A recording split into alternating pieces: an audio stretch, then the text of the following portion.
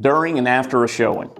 This is what you should expect. People are going to call into the showing service. They're going to schedule appointments based on your pre-approved provided showing information.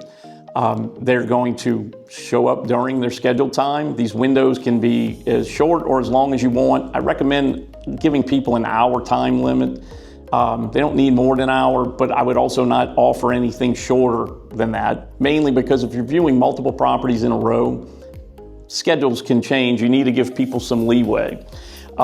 During a showing, you don't need to prepare your house like you did for photos and video. It doesn't need to be perfect, but you want it to be neat and tidy. I like the word pristine. You definitely want the house to be presentable, free of smells, free of debris.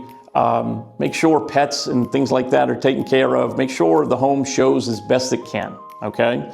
You don't need to leave lights on. You don't need to open curtains and blinds. That does help, especially if you have multiple showings in a row.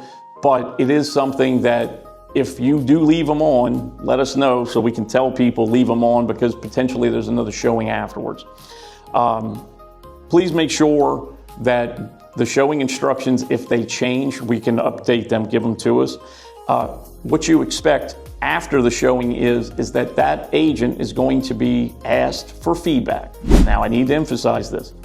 Feedback is requested 1 hour, 12 hours, and 24 hours after the showing. If they do not respond to one of those, I pick up the phone, I call them, I text them, and I email them myself.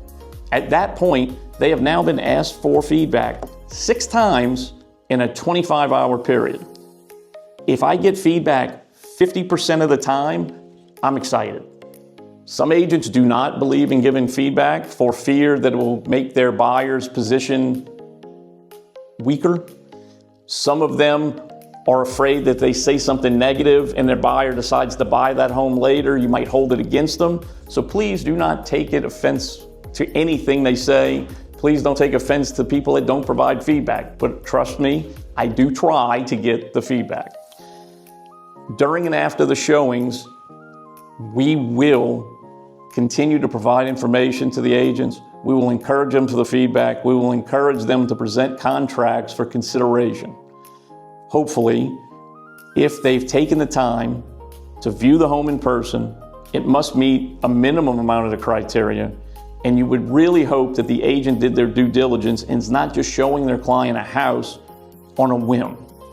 So while we can't control who shows it and who they show it to, we can definitely control trying to extract that feedback and making sure that everyone knows all the information up front so that they can make a decision quicker, yes or no.